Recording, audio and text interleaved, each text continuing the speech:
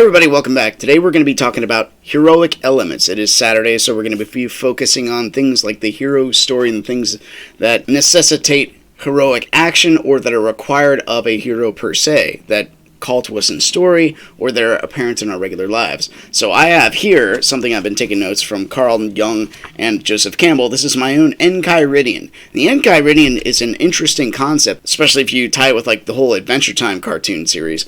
The Enchiridion is actually the teachings of Epictetus, I believe his name is, and it's essential reading of Stoic philosophy. And I've not read it in its entirety, but I've looked at some of the highlights. So it focuses on things like you can only control your own actions, so you focus on the self. So this, when you deal with like relationships, instead of asking, how do I get the perfect person? How do I get the perfect partner? How do I get the perfect friend? You focus on more like, what can I do to make myself worthy of potential whatever. It also focuses on character.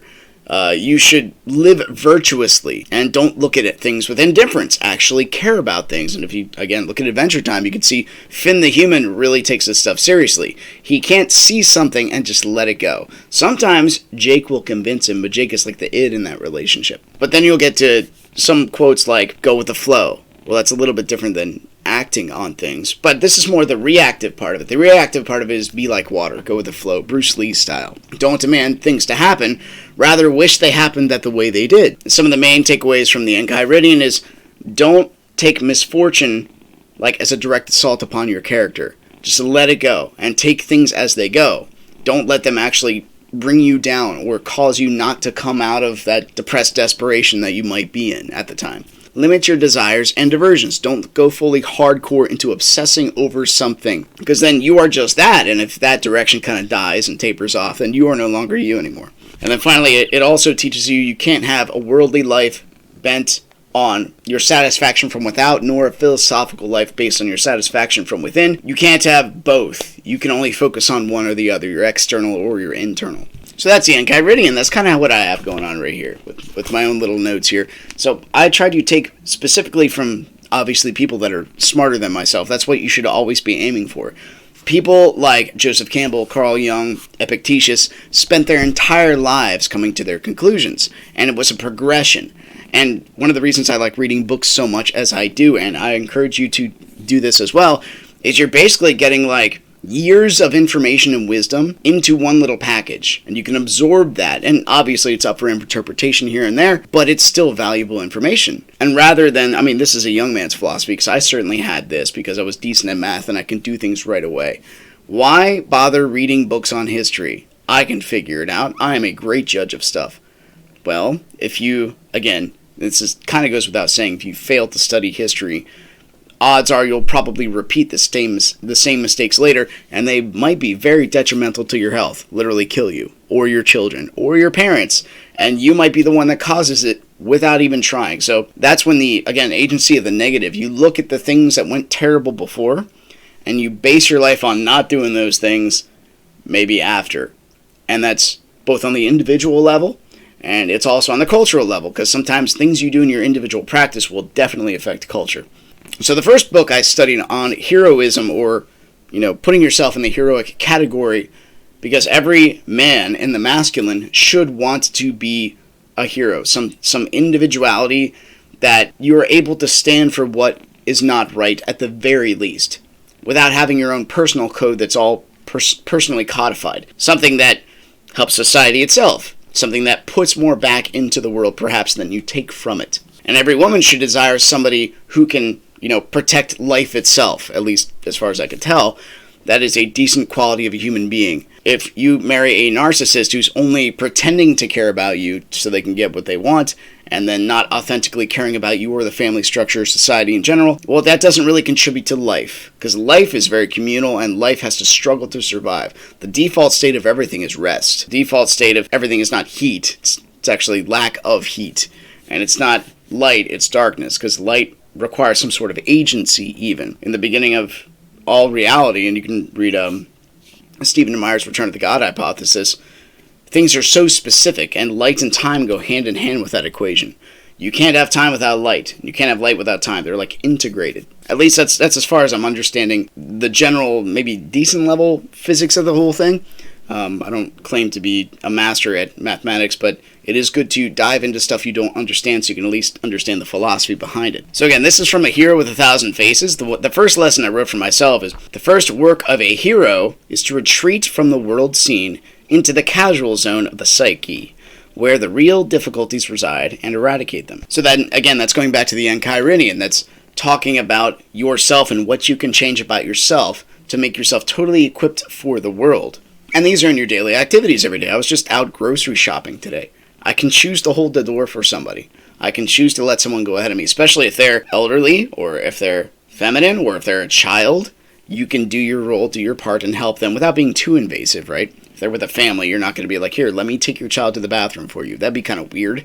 You don't step outside your bounds, right? You have a cultural presence to maintain so that all of culture sees you as engaging in common etiquette practices. The thing is, if you don't retreat and work on yourself, it will happen whether you like it or not. So it'll force itself upon you, or you can engage in it voluntarily. And usually if you decide to engage in like self-improvement, like, I don't know, working out, or reading a bit more than you should, or looking for things that temper you, looking for things that make you better, reading oppositional statements, that's reading opposing views to your assumed view of how reality should be, just to see what you're made of and see what your philosophy is made of. Because what happens if you don't do that? What happens if you don't theory craft about that kind of stuff? Well, instead of being abstract and practiced, it's going to come at you in its raw material form, and it might even devastate you if you're not ready for it. This is like Noah preparing for the flood. You know the flood's coming. You try to tell everybody else. They don't believe you until like the day before when it starts to rain and you're in your boat and they're pounding on the door trying to get in. Because a flood's coming in all of our lives. If anything, your mortality is obviously at the end. You're going to face, death, decay. You're going to face probably a terminal illness, if not in yourself, then someone you know. You might be part of the whole divorce system, which is terrible. So how do you prevent that from happening? That's a good question. That's dealing with yourself and how you act in relationship with your mate. But it seems to me like the voluntary practice is what makes people stronger, what makes people better equipped to handle reality. Because you have time to think. You retreat into the site. Instead of just like throwing yourself out in the world, like throwing a baby into the desert, which is what you will do with yourself if you, I don't know, like if I took my 6-year-old and give her the car keys. Probably a bad idea. She needs a little bit more growth before she can get to that point.